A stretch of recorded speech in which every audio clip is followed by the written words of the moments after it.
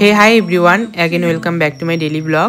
আজ আমার 6 নাম্বার ব্যাচের শাড়ি ট্যাপিং ক্লাস ছিল। সবাইকে বোঝাচ্ছিলাম কিভাবে শাড়ি পিন আপ করতে হয়। আর এদিকে ব্রজ সুস্মিতা নিচে বসেছিল, সবাইকে অ্যাসিস্ট করছিল। ও হচ্ছে রিঙ্কু, ও কিভাবে শাড়ি পিন আপ করবে বুঝতে পারছিল, বলেছিল সুস্মিতাকে একটু হেল্প করতে। আর এদিকে স্নেহা এবং পিঙ্কি খুব মনোযোগ সহকারে শাড়ি পিন আপ করছে। আর এরই ফাঁকে আমি চেয়ারে ঘুরে ঘুরে সবাইকে ভিডিওতে নিচ্ছিলাম।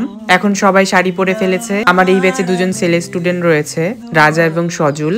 তো মজার ছলেই ওদের বলছিলাম যে আজকে সবাই যেহেতু শাড়ি পরছে তোমাদেরও পরতে হবে। ওইটা এক মজাই ছিল। তাই রাজা তো ভীষণ ভয় পেয়ে গেছিল, তাই রাজা এখানে ভয় পেয়ে বসে আছে চুপ করে।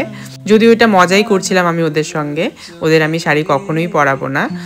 এদিকে সজল ব্রজকে শাড়ি পরিয়ে দিয়েছিল। এখানে আমার 7 ব্যাচেরও দুজন স্টুডেন্ট অ্যাড হয়েছে। সুস্মিতা এই দিদিকে খুব সুন্দরভাবে শাড়িতে হেল্প করছিল।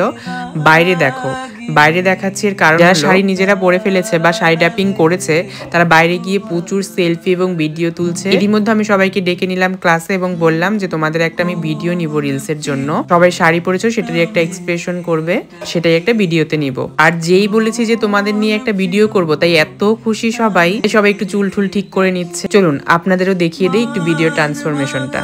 এক একজন এত সুন্দর এক্সপ্রেশন দিয়েছে, মডেলের থেকেও কম যায় না কেউ। আর লাস্টে একটা সবাই সেলফি তুলে আজকের ক্লাসটা এখানেই শেষ করেছি। তবে চলুন ভিডিওটি আজকে এখানেই শেষ করি। ভিডিওটি কেমন লাগলো অবশ্যই সকলে জানাবেন। সবাই ভালো থাকবেন, সুস্থ থাকবেন। ভিডিওটি ভালো লাগলে লাইক কমেন্ট শেয়ার করে দেবেন। থ্যাংক ইউ সো মাচ সকলকে।